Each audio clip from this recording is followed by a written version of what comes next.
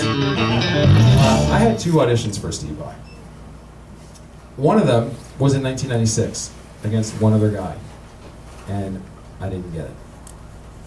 One other guy. It was just the 2 of us, and it was for the first G3 tour. Vai, Satriani, and Eric Johnson. I was 25. I thought for sure I had it. I didn't play anything wrong in the audition. I nailed the audition. So I was really confused afterwards, you know, because I played it so well.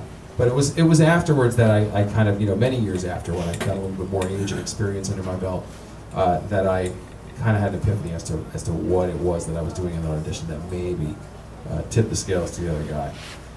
I was in there just absolutely determined to show Steve Vai that I could play his material. If there was only one thing he was going to leave with, it was the knowledge that I could do his gig. But if you think about it, what's the very first thing that would be a job requirement? In other words, like if you're going to go interview for a job somewhere, what's the very first thing you need in order to, you know, to get hired? What's the very first thing the guy's looking for? Desire. It's not the first thing, not the very first thing. What's the first thing? Is it capability? That's right. He's going to hire someone who he thinks can do it, right? But that's just the bottom line thing. Every one of the job applicants, supposedly, can do the job.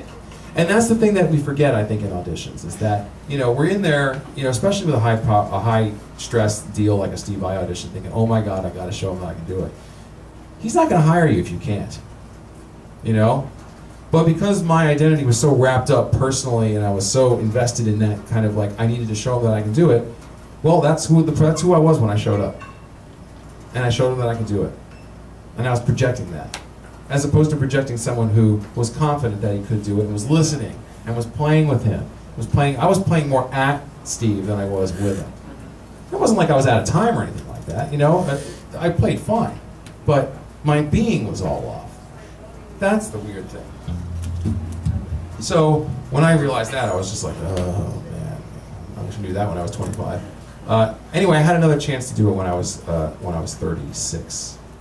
Like 36, 35, 34, in my mid-30s, let's say that. And this time I auditioned against 15 other people. And I'll just make this story short, and you know, and I had 2 days notice on the audition, and I had to fly across the country to do it because I lived in Nashville at the time. And I was given an impossible song to learn for the audition that I didn't know ahead of time. And I'm good at learning material, that's my strong suit, it's better than my technique, I can really learn hard stuff fast. And there was this one lick in there that I couldn't learn. I didn't know what it was. I started going crazy. Freak Show? Yeah, this is Freak Show Excess. And I was like, okay, now stop. Am I going to sit here, am I going to worry about these 10 seconds of this one song? Am I going to go in there and play this audition and play with these guys? And I had to remind myself, even after all this time and all this work that I'd done, that that was the most important thing. And sure enough, we got there, and I played this song, and it went great. And when it came to that one part that I didn't know what it was, I made up some hacky BS stuff, and then I blew that anyway. And I'm like, and they all laughed, and I laughed, and then we played the rest of the song. And then we jammed for 15 minutes. And that was like the real audition. And so, you know, after it was over, 3 hours later he called me and he said that I had the gig. And I was very, very grateful. But I would have been okay if I didn't get it. And it's a hard thing to describe. And it's the kind of thing that only comes with kind of letting go of your, you know, attachment to, oh my God, I have to show him that I can do it, because if he doesn't hire me, that must have meant I wasn't good enough to do it. Yeah. That's not it, you know? Guys who make hiring decisions for bands can make a decision on how you look, the way you talk, what your tone is. That's huge. Yeah. That's not something that you might control all the time, although I would advise you to get a handle on it. All sorts of things, whatever, you know, what side of the bed do you wake up in the morning? It could have been anything. You know, it's not really about us, it's really about them. Our job is to get out of the way so that we can show up as the person that they want, not as whatever our ideal representation of ourselves might be. And that was what I think the difference was between the first and the second audition. And if I could leave you with anything, it would be that kind of advice, that make sure you monitor what's going on in your head while you're playing in a situation like that. Are you listening to yourself, or are you listening to those around you? If you're listening to yourself, stop listening to yourself. Stop. You know what I mean? Or just hit pause.